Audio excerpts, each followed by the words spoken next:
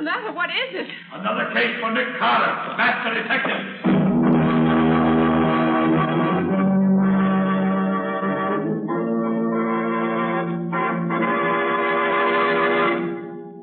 Yes, it's another case for that most famous of all manhunters, the detective whose ability at solving crime is unequaled in the history of detective fiction, Nick Carter, master detective. Tonight's curious adventure... The Flying Duck Murders. For Nick Carter and the Gold Thieves.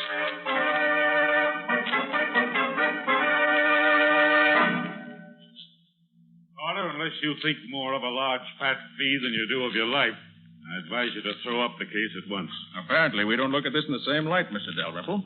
I expect danger, and I'm prepared to meet it. I suppose you know that 2 other detectives have come out to this wild Montana country where the Flying Duck Mine is located trying to find the trouble. But do you know that neither of them lived to tell what they found? How were they killed, Mr. Dalrymple? They went crazy, Miss Bowen. Kessler, the San Francisco man, fell over a cliff, while Riley, the man from Chicago, dropped 600 feet down the main shaft of the mine. Very interesting. I feel quite sure that Nick won't share their fate. May I inquire for whom you're acting, Mr. Carter? You may. For Mr. Cecil Trenwick, an old friend of my father's and a large shareholder in the Flying Duck Mine. He said that you'd cooperate with me in every possible way. I shall do what I can, certainly. Good. I should like you to give me a letter to the superintendent of the mine, telling him that I'm a good workman and that you promised me a job. I shall disguise myself as a miner, using the name Dave Jarvis. Very well. You said your name will be Dave Jarvis? Right. Well, that'll do what you want. Give it to Mr. Nate Crosby, the mine super. He happens to be here in town this morning. Unless you change your mind and decide to return to New York. Thank you, Mr. Dalrymple, but I'm staying here till my work is finished. Good morning. Goodbye. Good morning. Wait a minute, Patsy. I wonder if Mr. Dalrymple is... 431, operator. Yeah. Yes. Hello? I want to speak to Nate Crosby. Okay, I'll wait. Crosby? He's the mine super, Nick. Yes, things are beginning to move already. Yes. If I open this door a crack, we'll hear better. Nate, this is Dalrymple. Nick has done what he's been threatening to do for so long. He sent Nick Carter out here to investigate. Yes, Nick Carter, the one man in the world I'm afraid of. They've got to market the stuff right away. We can't wait any longer now. I've given him the note, give him the job he wants, and then take care of him. Yes, if you don't, it may mean curtains for all of us. Right, so long. And that will settle your future, Mr. Nick Carter. I very much doubt that, Mr. Dalrymple. Thanks for the attention, Mr. Dalrymple. But I intend to take care of my own future.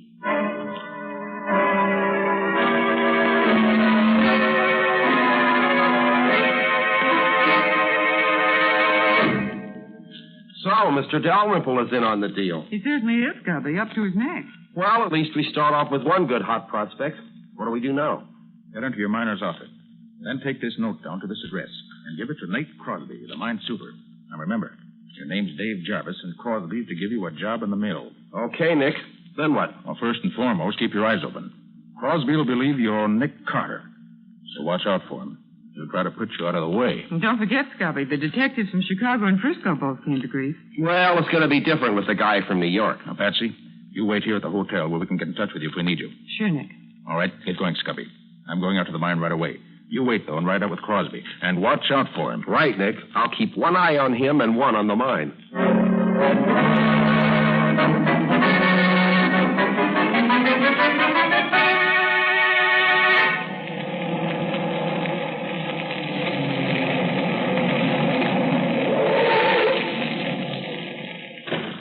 Thanks for the lift, Bud. That's okay, pal. That's the super's office right there. Thanks. I'll be seeing you. You looking for someone? You the super of the Flying Duck Mine? No, I'm the assistant super. Clem Hendricks is the name. Well, my name's King. I'm writing up an article about the mines of Montana for the Miners' Times of Kansas City. Any objection to me sticking around a while, looking things over? None at all, Mr. King.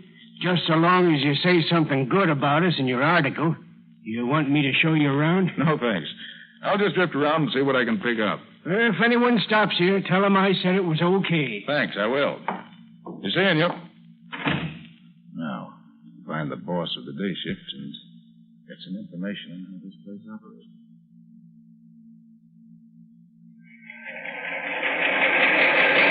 These are the mill stamping machines, Mr. King. They crush the ore very fine, and it is then sluiced through the battery boxes and carried over to plates. I see.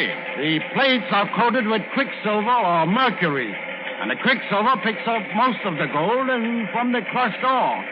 Now, this combination of quicksilver and gold we call amalgam. And you scrape this amalgam off the plates and take it to the refinery? Yes, Mr. King. The refinery separates the gold from the quicksilver and casts it into bars. Very interesting. Well, thanks very much. I'll roam along and look the rest of the place over. See you later. That's where you belong, you old hag. Down there with your flat your face in the dirt. You strike, you Stand back, you old Indian witch, and I'm going to finish the job right. Put down that knife. I had to drop it between your ribs. Never mind. Drop that knife, I said. You're the fool. Knock me down, will you? I'll show you. Ledyard, put up that gun. But Nate, this fella. Put up the gun, I said. What are you trying to do? Well, I was trying to make Zolanda behave. This fella interfered. It made me mad. Zolanda, where is she? She's right. Well, I'll be darned. She must have run away while me and him was arguing. So you interfered, did you, mister? Certainly I did. You're King, the newspaper man, aren't you? That's right. I'm here to... I've been looking for you. I'm Crosby, mine superintendent. I'll give you just 15 minutes to get out of this camp. So you're Nate Crosby. I am, and I'm the boss here. And I say get out. All right, Crosby. I'll get out. But I'll be back. I never leave a job unfinished.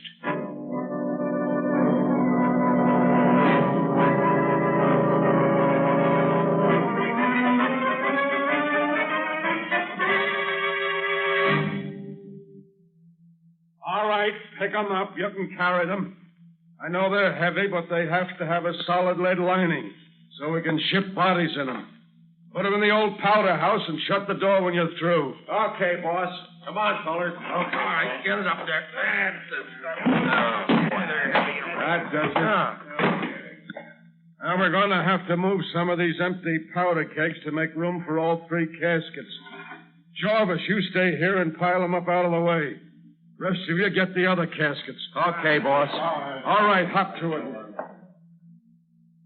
Hey, Scubby. Scubby. Is that you, Nick? Where are you? Behind these kegs. Start piling them up. You can talk while you work. Oh, sure, Nick. What happened, Nick? Why are you hiding in here? Crosby ordered me to get out of camp immediately, but the assistant super suggested I hide here until he gets me a ride back to town. Seems he doesn't like Crosby any better than I do. What's with you? Well, I got a job as crusher man on the night shift at the mill. What are these boxes you're bringing in here? Caskets. Crosby told the teamster the bodies of the two detectives who got killed were to be taken up and shipped to their friends. Right. Come the men with another box. Get it in there. All right, fellas. Take it easy. Yeah. Okay.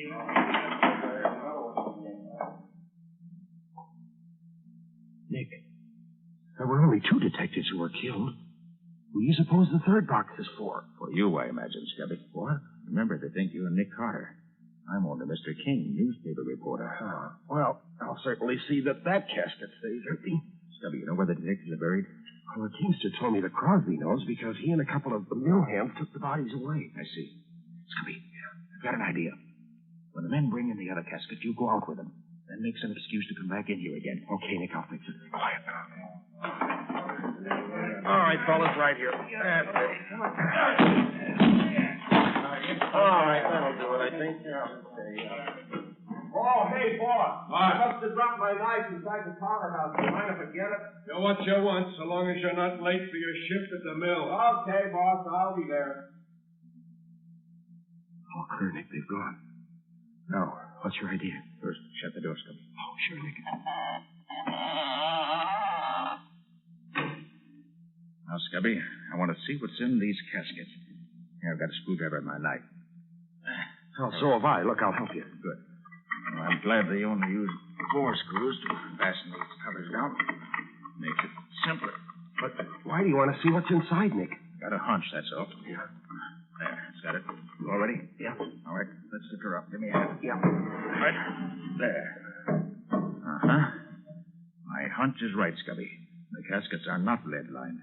The extra weight is due to this scrap iron in the bottom there. Like Crosby said, they had to have lead lining so they could be shipped with the bodies in them.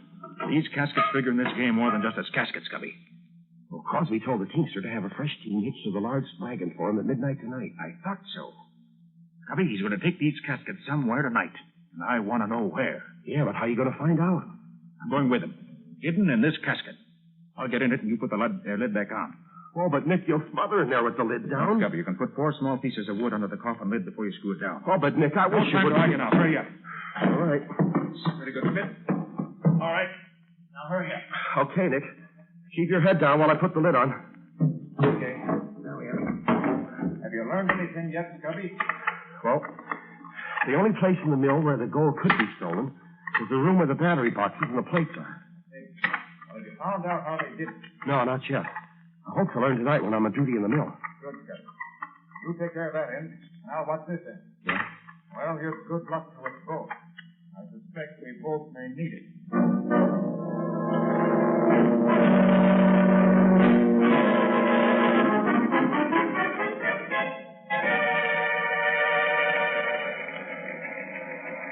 Well, how's the great Nick Carter doing tonight, Ledyard? You mean Mr. Dave Jarvis? Yeah. He's doing swell. Look at him. He's taking another drink. He's been hitting the water bucket steady for the last half hour. Is the loco working? I'll say. The bees are in his bonnet already. A famous Nick Carter will go the way the other two did. Hey, what are you fellas doing dancing around like that? You can't fool me. There are a lot of billy goats.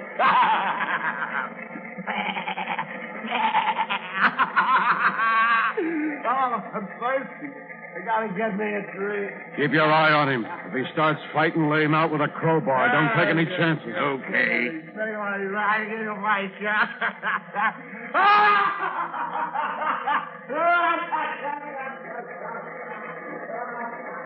Did you see that? He's heading for the cliffs, just like the others. The Landers mixture hasn't failed yet. What's next, Crosby? Ledyard, get my team from the stable at midnight tonight and meet me at the old powder house. Now we can put Nick Carter's name on the third casket.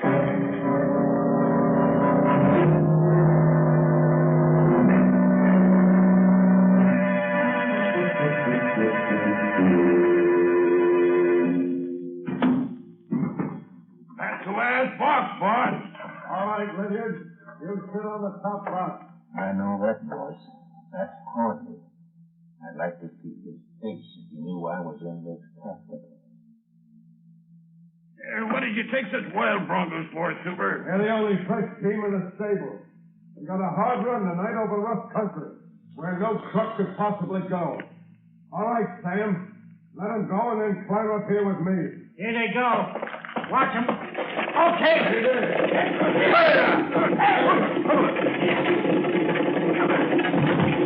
Ouch! Oh! Wish they picked a better road to drive on. Now that the loco is done for Carter, we can bring this business to a successful finish. Oh! I hope we're not going far at this rate. You mean we're going to quit? We sure are. We'll market the stuff and make a clean getaway. This is the roughest ride I've ever had. Hey, you going to market the stuff? Leave that to me. I'll see that each of you gets... Stop them, boss! Stop them! Hold them in! They're running away. One of the reins is broken. Running away? I didn't count on this. We're going to smash! Jump for your lives!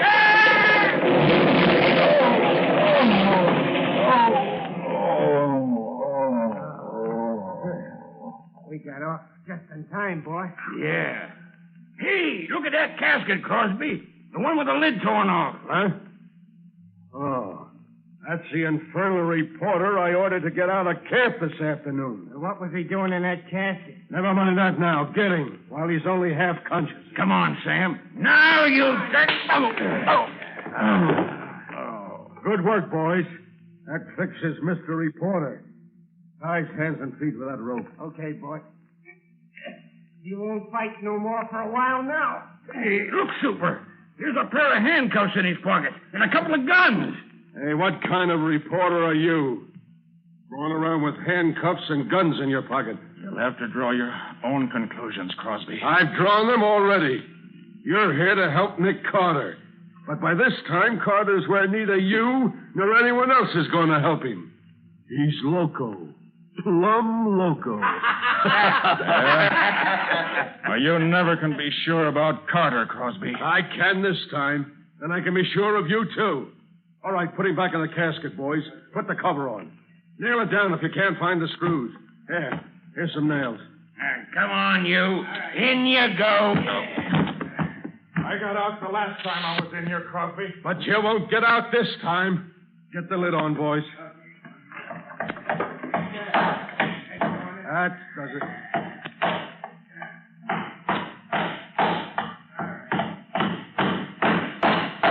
That's swell. That's enough. He can't do anything with his hands tied. Lydiard, you and Sam get the shovels that were in the wagon and dig a nice deep hole. We'll bury our reporter friend with our blessing.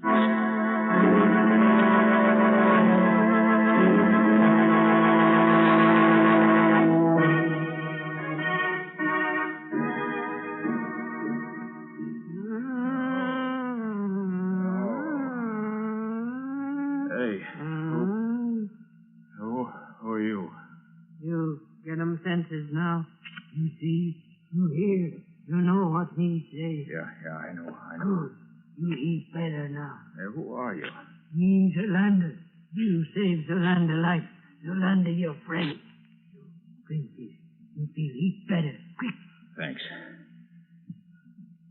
No. Hey, tell me, how'd I get here? Just before sun come up, me chase crazy man through woods. Then me hear gun shoot. See you run. You come, fall down by Zolander. Hurt in head. So Zolander hurt. Well, certainly glad you were around, but I passed out. Crosby, you enemy? Certainly is now. You say you were chasing a crazy man? Him drink loco. But 2 other men come before. I wonder if that could have been Scubby. Crosby said he was loco. Zolander, what did you want to find him for? Me want save him life. Give medicine. Make him well. But why did you want to save him? Crosby give him loco this man. Zolander hate Crosby. Want save man. Crosby want kill. Zolander, listen. I think this crazy... No, Scubby! No, put down that knife, Scubby! No, Scubby, no! Give me that knife! Give it to me! There. No. I hate to do this to you, but it's the quickest way, so... No. There. Quick, Zolander. Get me some rope. I'll tie his hands and feet while he's unconscious. Ah, poor Scubby. Looks as if he'd been through the war. You rope. You tie. Thanks. Now. Make it medicine. Make 'em all better from loco. There, Scubby. That should hold you now. Here, medicine. Make 'em well. Give 'em drink. Thanks. All right, Scubby, old boy. Come on, I'll drink this. Come on, drink it. Come on. No, devils and boys. Right. Come on now. Come on. There you are. There. Come on, that. There, now. Hold it off. Now, him sleep little while. Be all right when him wake up. Poor guy. I'll untie your arms anyway. Take this coat off you, and you'll be more comfortable. Hey, what's this? One coil of wire with a lot of metal discs attached to it. What? That's the answer. Of course. The mystery of the Flying Duck Mine is a mystery no longer.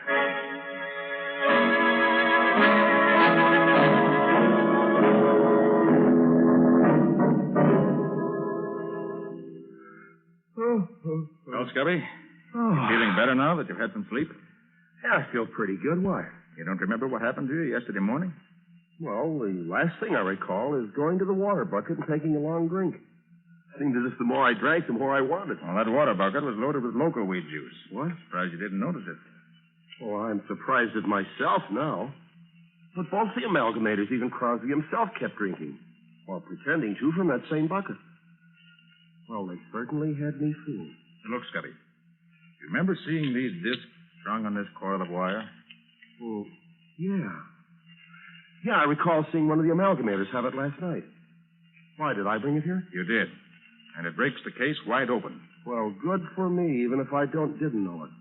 Hey, tell me, Nick, what are those discs used for? Here, I'll show you. Yeah. Now watch. Now you see, this stuff I'm scraping off is amalgam, a mixture of quicksilver and gold. The men who worked in the battery boxes in the mill, the amalgamators, hung these discs and a lot more like them in the battery boxes, right where they'd catch the best of the gold before it flowed over the other plates. They took out over half the gold that flowed into the boxes this way. So that's where all those thousands of dollars worth of gold disappeared to. Yes, Scubby. A very clever method of stealing the gold. Now, if we could only find out what Crosby and his gang do with the amalgam after they scrape it off their discs. You want catch, Crosby? Well, I'll say we do if we can. Hey, Nick, who is she? Oh, that's Zolanda. She saved my life. Oh, and yours too, incidentally. Saved my life? How? Well, that loco weed juice you drank is fatal. Well, Zolanda gave you an antidote for it. Oh, gosh, thanks, Zolanda. Gee, I'm sure much obliged. Crosby try kill me. Me fix him. The land they know all about Crosby. You come with me. Well, where are you taking us? Crosby got cave inside mountain where he hide stuff. Come, me show you.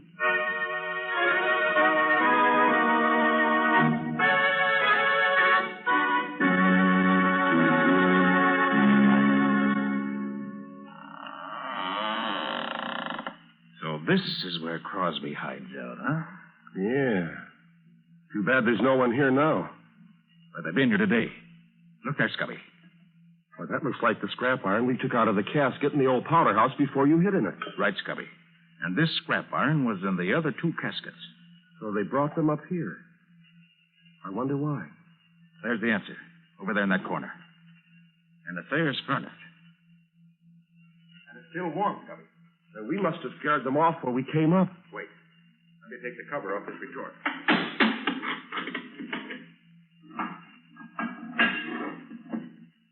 Nick, is that gold in there? That's just what it is. Out of the gold stolen from the mine. This is where the gang refined the amalgam they scraped off their discs. Much easier to handle gold this way because it weighs so much less. Now, since we know from what Dalrymple said that they never disposed of any of the stolen gold, they must have 800 or 900 pounds of it by now. Hey, maybe they've got it hidden around here somewhere. They did have, Scubby. But not now. Well, what makes you think so, Nick? Here. Take a look outside there. Been digging there very recently. Oh, but of course, Nick, they had to dig up the bodies of the two detectives to ship them back home. No, Scubby. The way it looks to me is this. After I got away from them last night, Crosby and his men took up the casket they tried to bury me in and tried to bury you in? Hey, you didn't tell me about that. I'll ask about it later, Scubby. Right now, I'm interested in what happened here.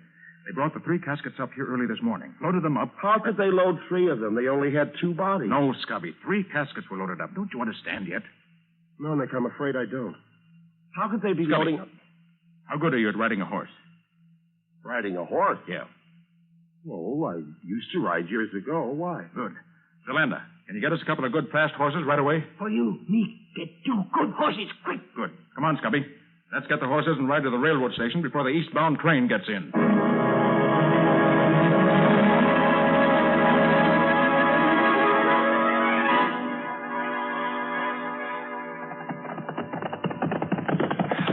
But, Nick, what's all the hurry? Well, unless I'm wrong, Scubby. These 3 caskets are going east on the next train.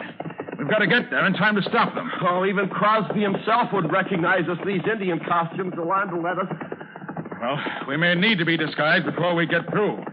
Hey, you didn't finish telling me how you got away from Crosby and his gang when they started to bury you alive. What did happen, Nick? Well, they dug the hole, and they put the casket down in it. I tried to pry the lid loose, but my hands were tied behind me.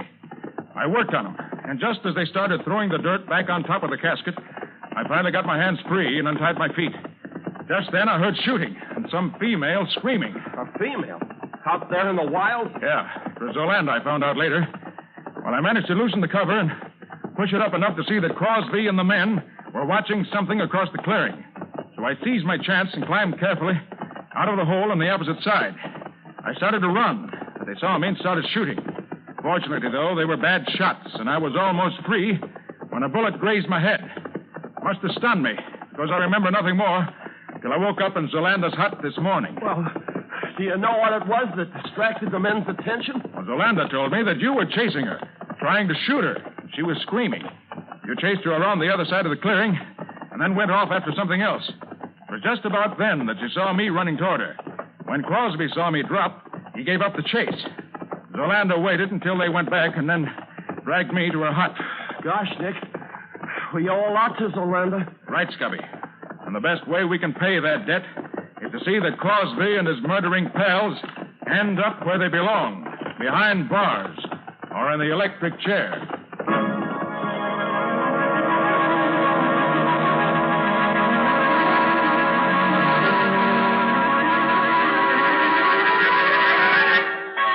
You understand, Patsy? Of course, Nick. You want the police chief to meet you at the station in 10 minutes, and you want Mr. Dalrymple and the president and treasurer of the mine to meet you in the chief's office in an hour. That's right. Now be sure you get them all. Don't worry, I'll take care of it.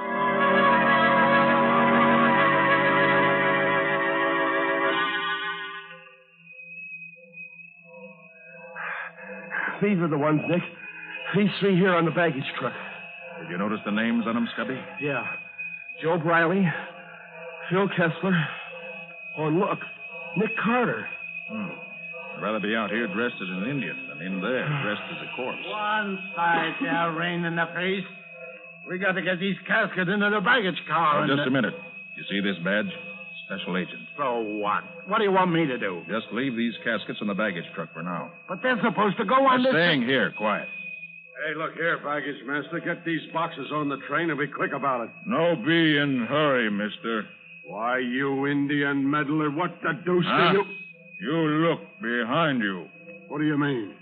Take your hat off, Scubby. Sure, Nick. There you are, Mr. Crosby. Dave Jarvis. Why, you... Don't try to start anything, Crosby. I've got my gun on you. Where's you getting these boxes Hurry your man, officer. These three right here. Get your hands up, all of you, and fast. Hey, What the you devil can't you do do? that. What is it? Quiet, all of you. You three men are under arrest. Charged with robbing the Flying Duck mine and with the murder of Detectives Riley and Kessler.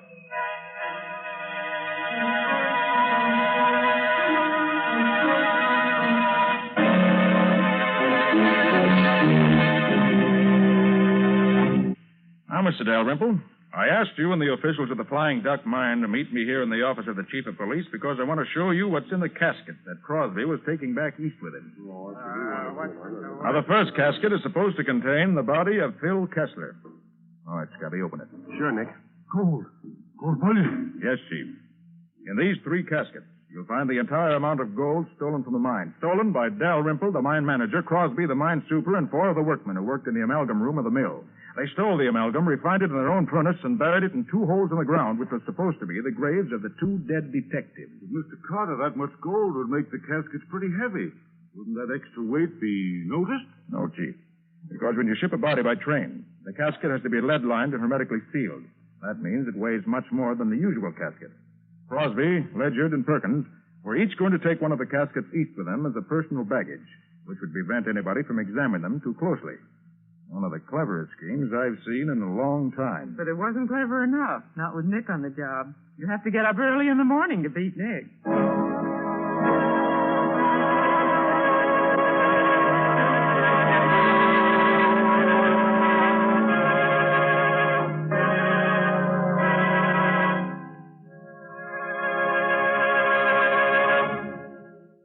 This was another strange experience of Nick Carter, master detective, called The Flying Duck Murders or Nick Carter and the Gold Thieves.